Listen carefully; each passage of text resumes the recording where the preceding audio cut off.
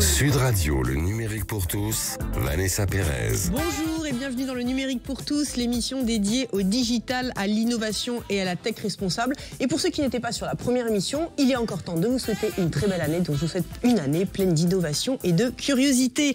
Alors aujourd'hui, vous le savez, déclarer ses impôts, demander un acte de naissance ou encore inscrire ses enfants à l'école se fait désormais en quelques clics en ligne, comme on dit, et vous permet de rester chez vous. Mais est-ce véritablement un progrès ? Comment s'assurer que tout le monde puisse suivre cette transformation ?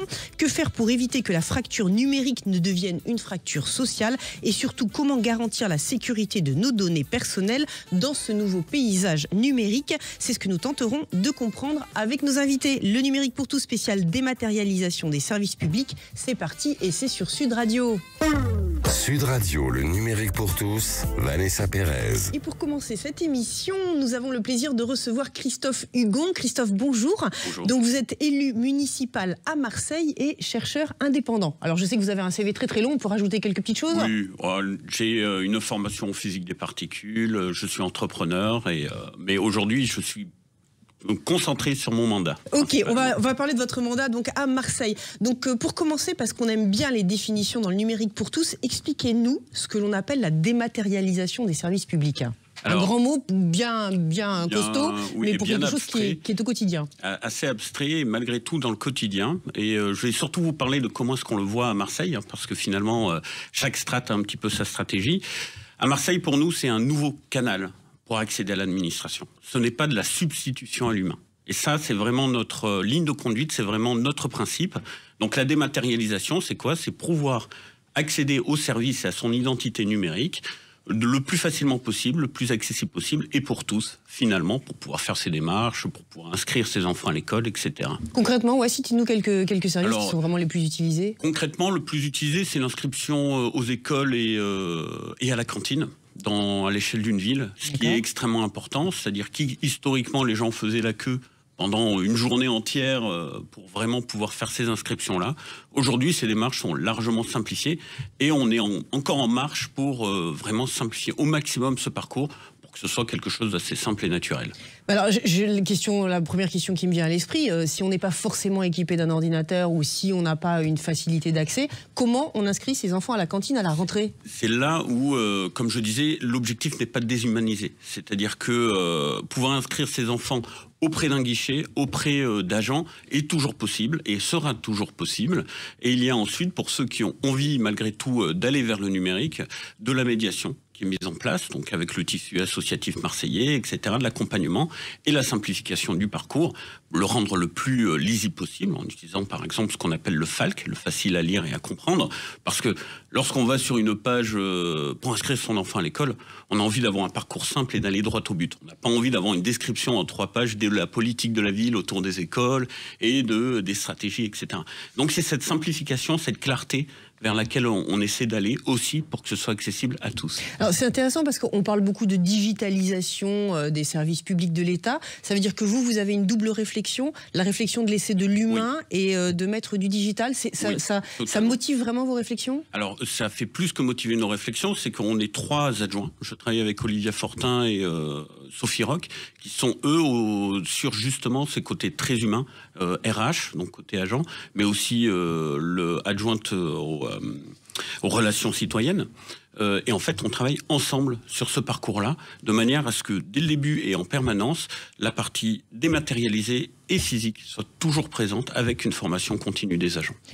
À Marseille, on le sait, il y a quelques zones blanches encore qui ne sont pas forcément équipées, que ce soit avec de la fibre ou avec un réseau du niveau du reste du territoire.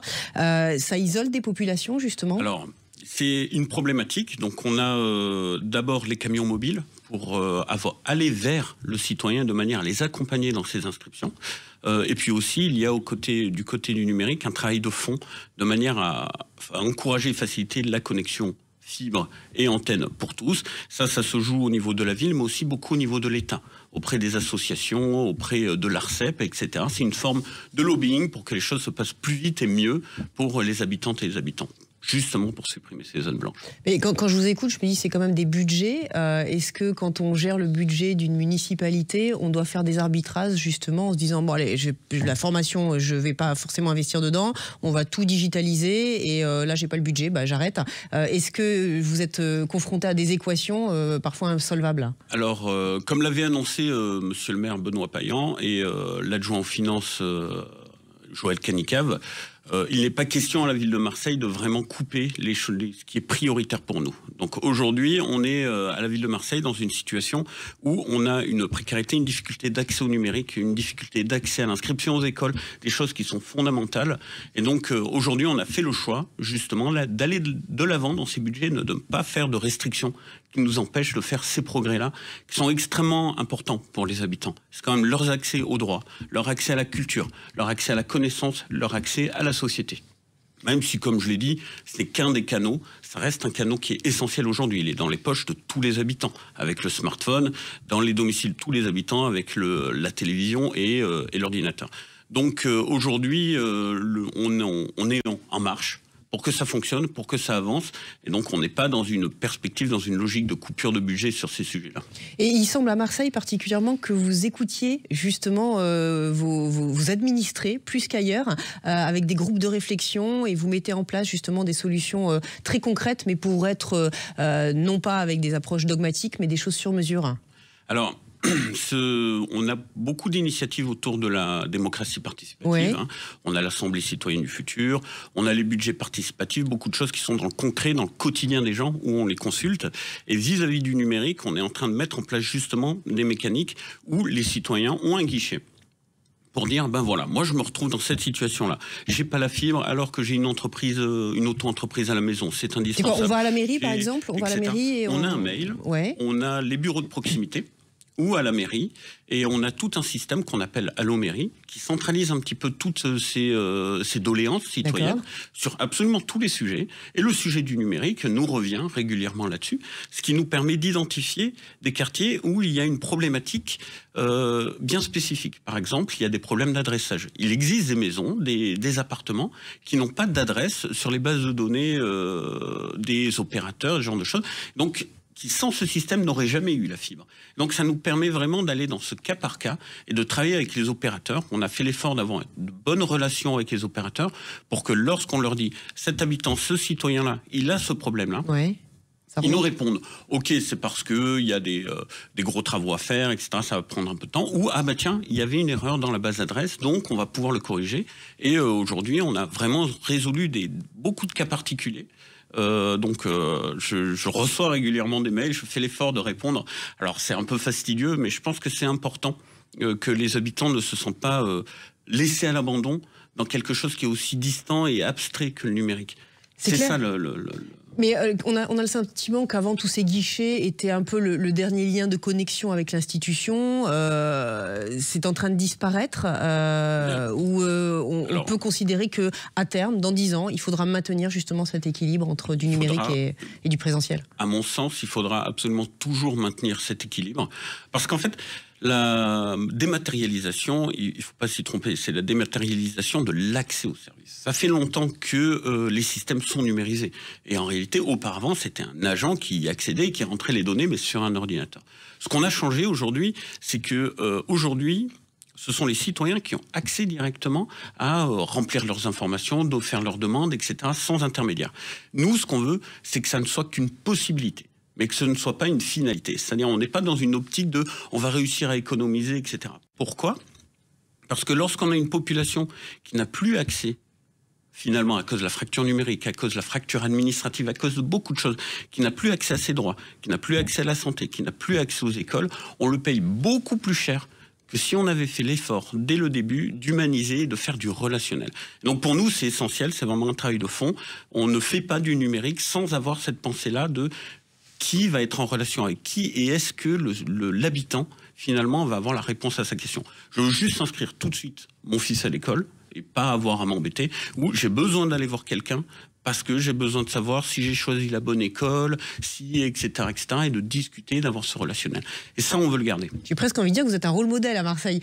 Christophe, on ne peut pas ne pas parler de l'intelligence artificielle. Aujourd'hui, on sait que parfois, derrière des agents conversationnels, on a une intelligence artificielle qui vous répond, hein, et non pas un humain.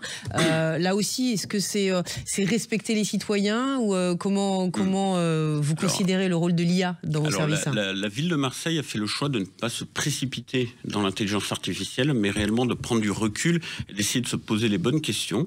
Donc aujourd'hui, on est en train de faire ce travail pour mettre en place l'intelligence artificielle en aide à l'agent. Mais j'ai bien dit en aide à l'agent et pas en substitution. On est toujours dans cette idée de on ne déshumanise pas. C'est-à-dire que, imaginons qu'il y ait un agent conversationnel quelque part sur les services de la ville de Marseille un jour, c'est parce qu'il y avait un service qui n'était pas rendu et on rajoute quelque chose en plus. Mais on ne va pas remplacer l'humain. Par contre, l'agent, lui, va pouvoir avoir sa tâche facilitée.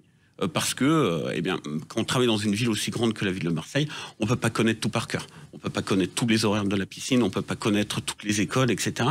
Et ça permet d'apporter la réponse de manière plus dynamique, plus directe, etc. Mais ça, c'est quelque chose sur lequel on travaille sur le fond et qu'on y travaille toujours dans cette optique. On veut garder quelque chose d'humain et de relationnel parce que, et en particulier à Marseille où il y a beaucoup de fractures, il y a une fracture sociale, une fracture économique, administrative, numérique et allophonique. Ça, il ne faut pas l'oublier. Et aussi d'éducation. Enfin, il y a énormément de choses qui font que énormément de Marseillaises et de Marseillais ont besoin de parler à quelqu'un pour être sûr que leur demande est bien comprise et que la réponse est bien comprise. Voilà. Merci beaucoup Christophe, à suivre parce que vous semblez être un exemple pour beaucoup de municipalités. Je rappelle que vous êtes élu municipal à Marseille et chercheur indépendant. Restez avec nous, on marque une courte pause avant de découvrir jusqu'où les multiples données que nous partageons avec les institutions sont protégées. Le numérique pour tous spécial dématérialisation des services publics, ça continue dans quelques instants et c'est sur Sud Radio.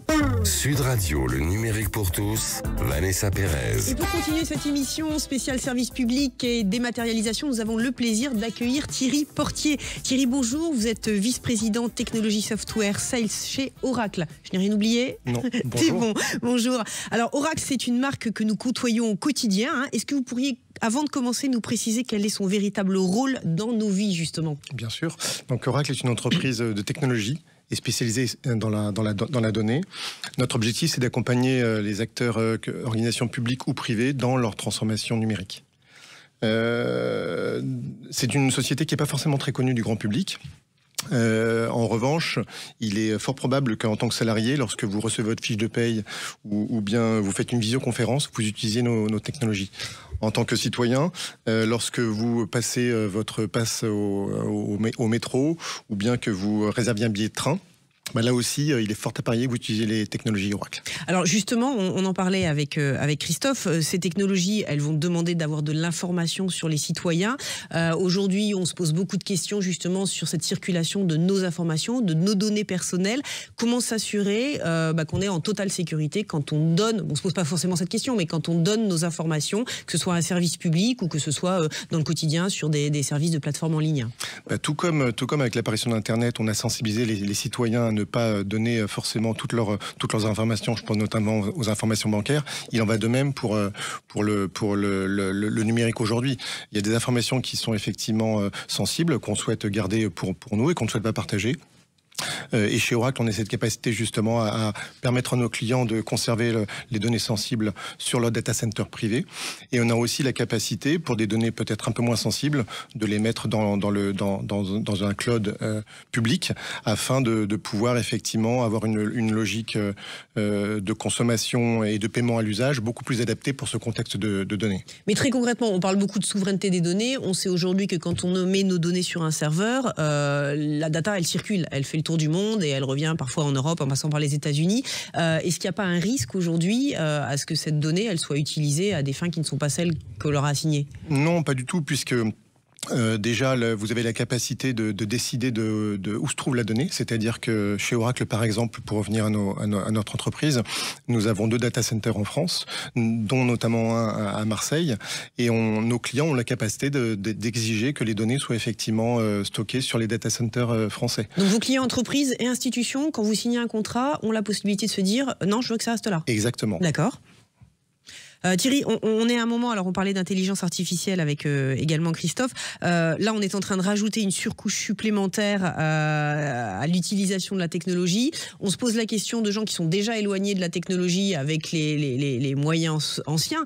Est-ce que là vous n'avez pas l'impression qu'on va encore rééloigner des gens avec cette surcouche? Non, je ne crois pas, pour faire écho à ce que disait M. Hugon. L'IA doit être un vecteur additionnel et ne doit absolument pas remplacer ce qui existe aujourd'hui. Et la première des choses, c'est que l'IA, de toute façon, ça ne repose que sur des données, initialement. Donc ces données, il faut qu'elles soient protégées, ça c'est certain. Et en revanche, il faut que l'IA, pour le consommateur, pour le citoyen, il faut qu'elle soit utile et accessible. Si on met à disposition des services basés sur de l'intelligence artificielle qui ne fournissent pas un service complémentaire, comme vous le disiez, et qui ne sont pas accessibles pour la grande majorité d'entre nous, ça a peu d'intérêt. Cette IA, justement, on va lui donner beaucoup d'informations. On voit aujourd'hui qu'il y a une guerre des intelligences artificielles, notamment au niveau des États-Unis, mais la Chine a aussi lancé cette plateforme. Donc ça va consommer de plus en plus d'électricité. Là aussi, est-ce que vous êtes en mesure d'extrapoler et de savoir un peu dans quel univers nous allons, et surtout de travailler en collaboration avec vos clients en leur disant attention, là, il faut raison garder parce que votre facture va être exponentielle? Ça, effectivement, c'est un sujet qui nous préoccupe tous. Le numérique aujourd'hui représente 3% des gaz à émissions d'effet de serre en France, qui est considérable, et ça va être multiplié par 3 d'ici 15 ans, en 2040. Donc c'est absolument dingue. Donc par rapport à ça, nous avons décidé d'avoir une politique extrêmement agressive vis-à-vis de l'impact environnemental. Et nous faisons en sorte que nos data centers européens soient refroidis exclusivement avec de l'énergie renouvelable. Pour faire un peu un focus peut-être sur la France, lorsqu'on a installé notre data center à Marseille en 2021, ce data center aujourd'hui il est refroidi par une méthode qui s'appelle le water cooling, donc le refroidissement par eau, qui vise à récupérer l'eau souterraine non consommable de l'agglomération de Marseille et de faire ensuite que cette eau refroidisse les data centers et qu'elle puisse à la sortie éventuellement alimenter en chauffage des habitations environnantes. Mais est-ce que ça veut dire que dans les années à venir, on va voir fleurir des champs de data centers avec cette utilisation exponentielle d'intelligence artificielle? Pas nécessairement, il y en a déjà beaucoup à travers le monde. Et puis un data center, c'est constitué de hardware à l'intérieur, de machines, et qui sont de plus en plus puissantes. Donc ces machines, elles sont parfois de plus en plus puissantes tout en étant plus petites. Donc il n'est pas forcément certain qu'on ait beaucoup plus de data centers dans les années à venir. Thierry, vous incarnez aujourd'hui l'homme de l'entreprise, hein, l'homme d'Oracle, mais vous avez aussi une vision sur la technologie. Cette surabondance, justement, ces suréquipements, est-ce qu'aujourd'hui on est en train de prendre conscience qu'il y a une certaine éthique qui doit motiver la consommation de data et l'équipement du territoire? Est-ce que ce sont des réflexions essentielles qui motivent votre action au quotidien et celle des équipes de l'entreprise? Tout à fait, et c'est pas uniquement une volonté d'Oracle en tant que compagnie, c'est même une volonté des clients. Je pense notamment à un grand acteur du ferroviaire en France qui a décidé il y a quelques années de migrer une partie de son infrastructure applicative dans le cloud public d'Oracle et qui a réduit de, je crois, 93% ses émissions à effet de serre. Donc ça a été validé par le Bureau Veritas. Donc c'est une sensibilisation qu'on a tous en tant que salariés et en tant que citoyens du monde. Donc effectivement, j'ai aucun doute là-dessus. Donc ça veut dire que la machine est lancée, néanmoins il y a une vigilance aujourd'hui, une véritable prise de conscience pour les années à venir d'un numérique, alors on aime bien dire durable et responsable, même si ce sont des mots marketing, mais est-ce qu'il y a une vraie durabilité? Non, j'en suis convaincu. Lorsqu'on voit les dérèglements climatiques aujourd'hui à répétition, je pense que tout le monde est sensibilisé sur ces sujets. Et pour rebondir sur le sujet de l'intelligence artificielle, ce qui est intéressant de noter, c'est qu'aujourd'hui, on utilise aussi ces solutions pour prévenir pour adresser des sujets environnementaux. Donc je pense qu'effectivement, la technologie et l'impact environnemental ne sont pas à mettre à opposer. Christophe, le mot de la fin sur l'impact social justement de cette numérisation. Est-ce qu'on arrive à un point où là aussi il y a une forme d'éthique et de responsabilité que les gouvernements sont en train de mettre en place, ou alors on est encore dans cette frénésie et cette accélération qui ne s'est pas encore pris le mur? Alors j'aime beaucoup cette question, parce que pour moi le numérique responsable, c'est ma délégation, c'est mettre du sens au numérique, c'est-à-dire le politiser. Aujourd'hui, la faiblesse en France, en Europe et dans beaucoup de pays, c'est que on n'a pas de ministère du numérique. On a très peu d'élus au numérique. On a une vision qui est très utilitariste du numérique et qui ne prend pas assez en compte les enjeux que vous avez soulignés, les enjeux d'IA, de fracture numérique, d'impact environnemental, de sociétaux, etc. Le risque, quand on n'a pas cette vision, c'est effectivement de se dire la dématérialisation, c'est une façon de faire des économies et de foncer tête baissée dessus, sans se poser vraiment la question de est-ce que les gens vont continuer à avoir accès aux droits, à la culture, etc. Et par exemple, la problématique aujourd'hui, c'est que la dématérialisation fait d'énormes économies à l'échelle du milliard. Il n'y avait que 80 millions qui avaient été investis dans les médiateurs numériques, ce qui est quand même très peu à cette échelle-là, c'est-à-dire pour aider les gens à accéder à ces outils-là. Et c'est en plus précaire. C'est-à-dire que chaque année, le projet est de réduire ces budgets pour les faire disparaître. Comme si, d'ici quelques années, toutes les Françaises et tous les Français seront naturalisés numériques. Il y a quelque chose qui n'a pas de sens.